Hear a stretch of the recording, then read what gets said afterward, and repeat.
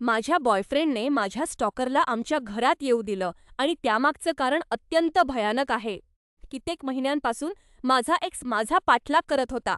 भेटवस्तू पाठवणं, विचित्र वागणं. माझा बॉयफ्रेंड कोल या सगळ्याला अगदी सहजपणे घेत होता. त्याने तर माझ्या वाढदिवसाची सजावट करण्यासाठी माझ्या एक्सला घरात सुद्धा येऊ दिलं. मी खूप घाबरले होते. शेवटी त्याचा सामना करण्यासाठी मी माझ्या धिप्पाड भावाला सोबत आणला. आणि मग सत्य समोर आलं.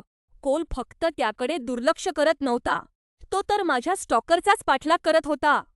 त्याने माझ्या एक्सचा पाठलाग करण्यासाठी अनेक बनावट अकाउंट्स तयार केले होते. जेव्हा जेव्हा माझा एक्स माझ्याबद्दल काही पोस्ट करायचा, तेव्हा कोल त्या अकाउंट्सवरून त्याला आणखी प्रवृत्त करायचा. त्याने तर माझ्या स्टॉकरला माझा पाठलाग चालू ठेवण्यास सांगितलं होतं. का? त्याला खोटी आशा देण्यासाठी, त्याला त्रास देण्यासाठी.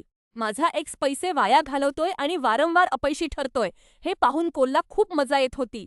मी प्रचंड भीतीमध्ये जगत होते आणि तो मात्र प्रेमाची पत्र वाचायचा आणि चॉकलेट्स खायचा.